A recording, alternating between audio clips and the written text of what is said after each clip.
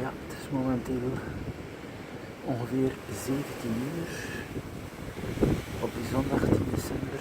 De sneeuw is bijna weg.